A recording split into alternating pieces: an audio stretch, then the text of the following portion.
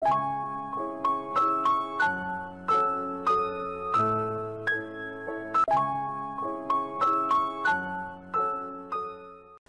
friends, I am CA Divya Bansal, and in today's webinar we will be discussing about the GST audit report format and the reconciliation of the financial. This has been out via notification number 49/2018 dated 13 September 2018. In this webinar we will be discussing each and every point of the GST audit report, how we have to fill the same, and what all are reconciliation which we have to prepare. But before starting that, if my dear friends, if you have not subscribed my YouTube channel Tax Without Tears till now, then please do subscribe the same. You can follow me on Facebook, Twitter as well as LinkedIn for regular GST updates. Now coming over to the today's topic, that is GST audit report format. Now before discussing the format, there are some points which I need to discuss. First of all, what will be the period of GST audit? GST audit shall be conducted from 1st July 2017 till 31st March 2018 for financial year 17-18. That means those 9 months in which GST was being implemented. Second point is that it will be done GST wise, that is GST number wise. Say suppose if any entity is having 5 branches in 5 different states, so it will have to make the reconciliation of each of the state differently and accordingly get the same audited.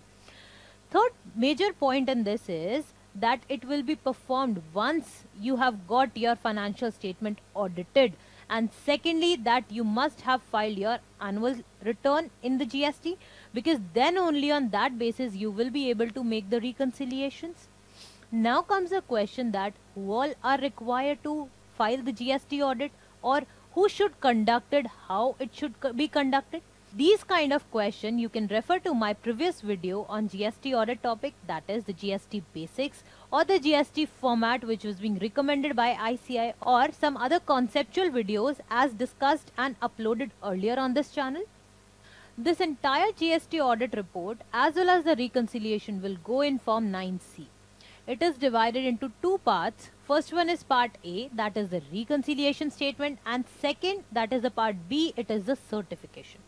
And certification also is divided into 2 parts, that is if you are the one who had made the reconciliation also.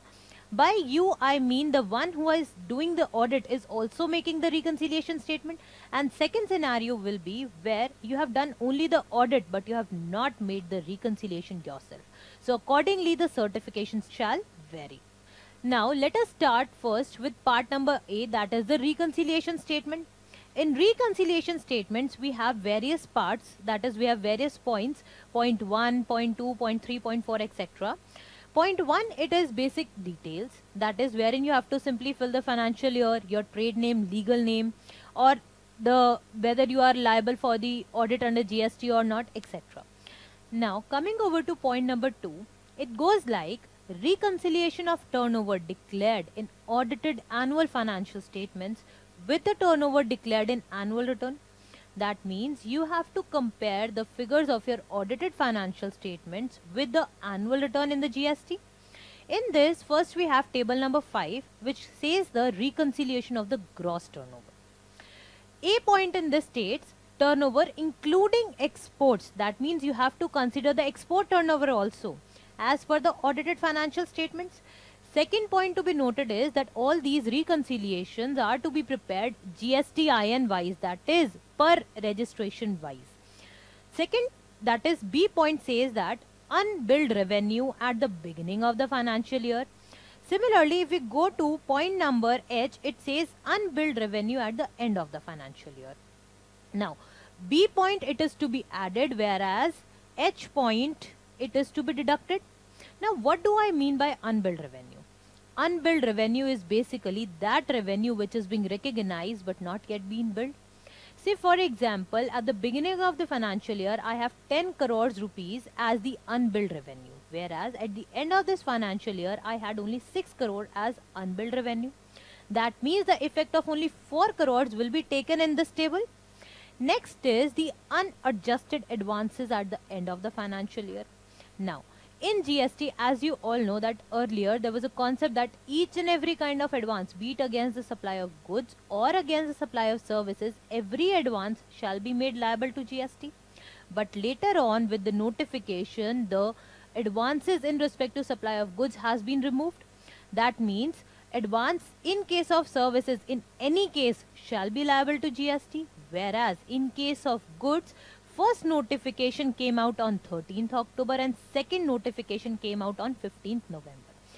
That in nutshell, if I say in respect of goods, before 13th October, every kind of supply of goods, and if any advance it is being received in this respect, then it has to be taxable under GST.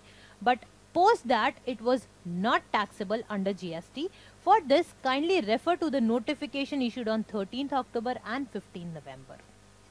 D point says deemed supply under Schedule 1. Schedule 1 to the CGST Act basically deals with all those transactions which shall be considered as supply, irrespective of the fact that there was no consideration. For example, related party transactions or transaction in respect to import of services or in regard to the agent and principal services, etc.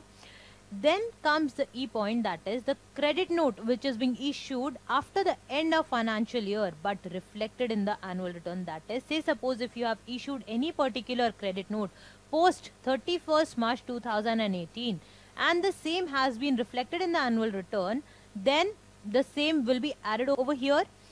Now F point basically deals with the trade discounts accounted for in the audited annual financial statements but which are not permissible under GST. Section 15 subsection 3 mainly deals with the discount.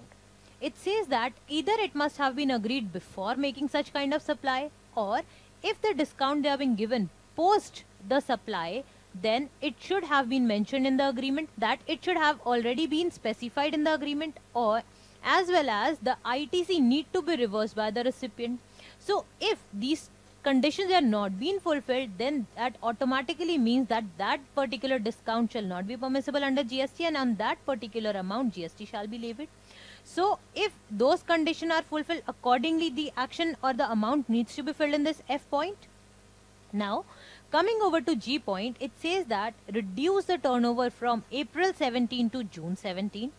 Now this means that non-GST quarter, that is as GST was implemented on 1st July 2017, so prior to that period in that particular financial year itself, for that turnover needs to be reduced. H point again, as we have discussed earlier, unbilled revenue point. I, it is unadjusted advances at the beginning of the financial year, you have to reduce them. J talks about the credit note which is being accounted for in the audited annual financial statements but are not permissible under GST. Now credit note, it is being given under section number 34. For example, earlier, that is prior to the amendment in GST Act, only one credit note was to be issued against each and every tax invoice. That means one tax invoice you can have one credit note for that. But you cannot have one credit note for the multiple tax invoices. So that was being rectified, or you can say that was being inserted via the new Amendment Act. So all those provisions as specified in section 34 need to be adhered to in this point. K point talks about adjustment on account of supply of goods by SEZ units to the DTA units. That means if the SEZ has supplied the goods to the DTA and DTA in this respect has filed the bill of entry, then in that case those transactions will be specified over here. Point L talks about turnover for the period under composition scheme. Suppose on 1st July you had opted for a composition scheme, but later on you realize that I need to opt out from composition scheme for any reason. Say your turnover got exceeded, or you want to comply, go with the regular scheme and claim the input tax credit, and so many other reasons are possible. So in case you have opted out of the composition scheme, then whatever was your turnover during that composition scheme period, you need to reduce over here. Then M point says the adjustment in turnover under section 15 and rules thereunder. That means whatever were the adjustment as per section 15. If you go through section 15, it talks about the valuation provision. For example, say you being a supplier, you have supplied the goods to the recipient. Terms and condition was such that every material will be supplied by you only. But In certain cases, some of the material was supplied by the recipient, so that particular value need to be added into the value of the supply for the purposes of GST. So whatever are the differences accordingly in between the taxable value as well as the invoice value as per the provisions of section 15, they need to be considered in this point. Next is the adjustment in respect to the foreign exchange. Now, O point says about the adjustment in turnover due to any other reason which is not being specified above. This will give you the annual turnover after adjustments, and you will now compare this turnover with the turnover which you have declared in the annual return. In case there is any discrepancy, that is any difference, then you need to explain that particular difference in table number 6. Table 6 says that reasons for unreconciled difference in the annual gross turnover. So whatever may be the reason, you have to reconcile all those reasons.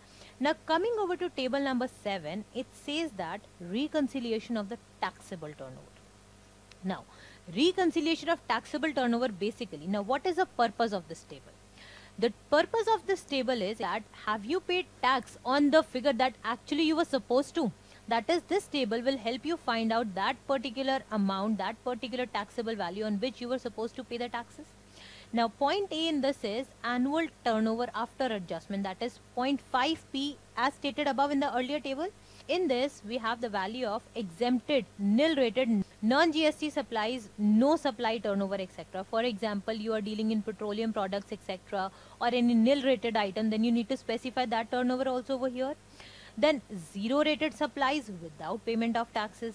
Then comes supplies on which tax it is to be paid by the recipient on reverse charge basis, that is in case you have made any supply on which the recipient is required to pay tax under RCM, you will have to specify that particular amount also of that supply.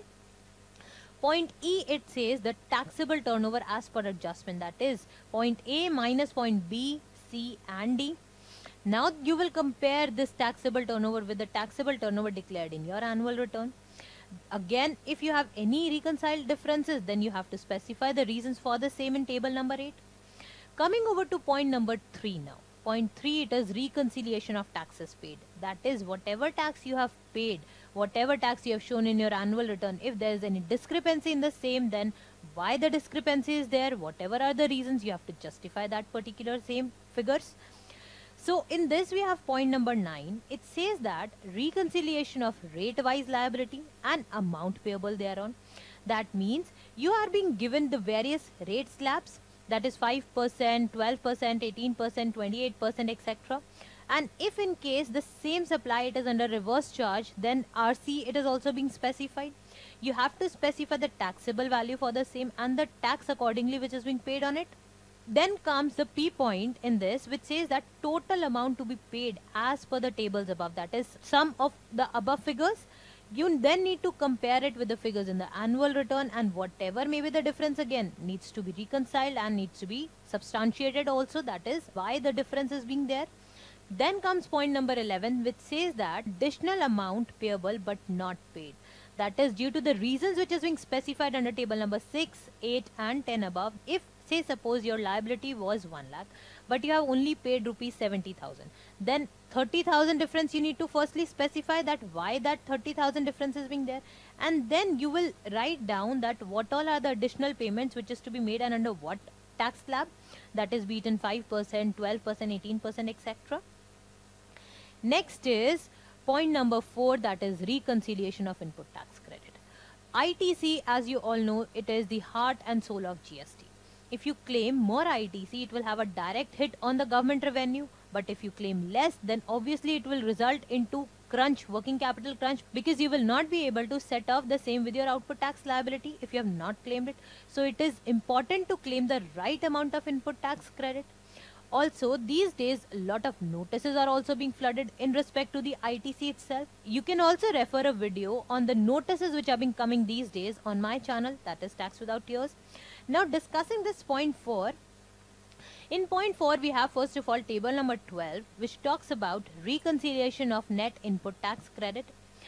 In this, first we have point A. It says that ITC availed as per the audited annual financial statements for each and every state or UT, that is registration wise you have to specify, because it was stated in the instruction itself that you have to prepare all the reconciliation on the basis of registration, that is registration wise reconciliation will be maintained.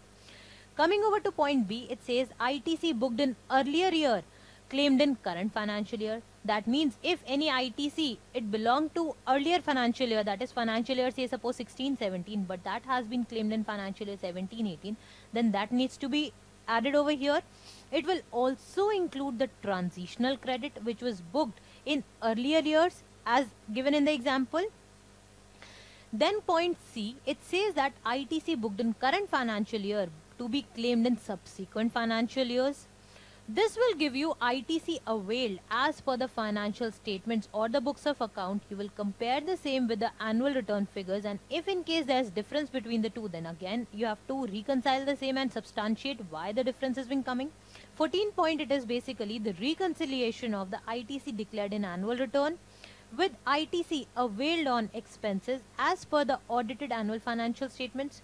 Here basically a list of expenses that has been given, and along with these expenses it has been given value, then amount of total ITC and amount of eligible ITC availed. That means here this list, first of all, it is an indicative list. You can add or reduce the item in this list depending on your nature of business. Secondly, you need to simply specify that suppose I have done an expense of freight of rupees say 10,000, then that 10,000 and the tax element of that, is it eligible for my business? That is, am I eligible to take the credit of that freight or not? If yes, then I'll fill in the column number 4 in this, otherwise it will be blank. Accordingly, I will be making a reconciliation of basically the expenses which I have booked in my financial statement with the expenses as per the GST. So once you have entered all the figures in these expenses, you will get the total amount of eligible ITC availed. Compare it with the annual return figures. If you have any difference, then justify the difference same. Now point 16 talks about the tax payable on the unreconciled difference in ITC. That is, say suppose you have claimed an ITC of rupees 1,20,000 and you were supposed to claim only 80,000. Then you need to pay this 40,000 difference. So you need to specify that in table number 16 here along with the reasons. Now point 4, it is the auditor's recommendation on the additional liability due to the non-reconciliation. Basically, say suppose the tax liability may be due to the non-reconciliation of the turnover as per the financial statement and as per the annual return, or it may be due to the erroneously claiming refund because of which additional liability arose on that particular client. So you need to give all such comments in point number 5. Now once you have filled in this entire part A, you have to verify that I hereby solemnly affirm and declare that the information given above, it is being true and correct to the best of my knowledge. Now this part A can be filled either by the auditor himself or the client can get it reconciled from some other person. Now depending on this, we have our part B wherein we have to certify the work done. In part B, it is stated the certification. In this, we have first clause which says certification in cases where the reconciliation form, that is the form 9C, is drawn up by the person who is conducting the audit. Whereas part 2 basically talks about the certification in cases where the reconciliation statement, that is form 9C, it is drawn up by a person other than the person who has conducted the audit. That is, the auditor is different and the person making the reconciliation is different. That is why you can observe the difference in between the two, that in first scenario, it is being written that I have examined each and everything and accordingly I have done the audit and I am giving out the following points and observation. Whereas in second point, that is where both are different, it is simply says that we report that the audit of the books, no examination as such, only the audit is being focused and accordingly the observation shall be mentioned. So friends, this was all about the GST audit report format. If you want to download the same, then you can click on to the link given in our description box and from there you can get the link for this entire format. I hope that you must have found this video useful. Please do subscribe my channel Tax Without Tears and keep watching us. Thank you.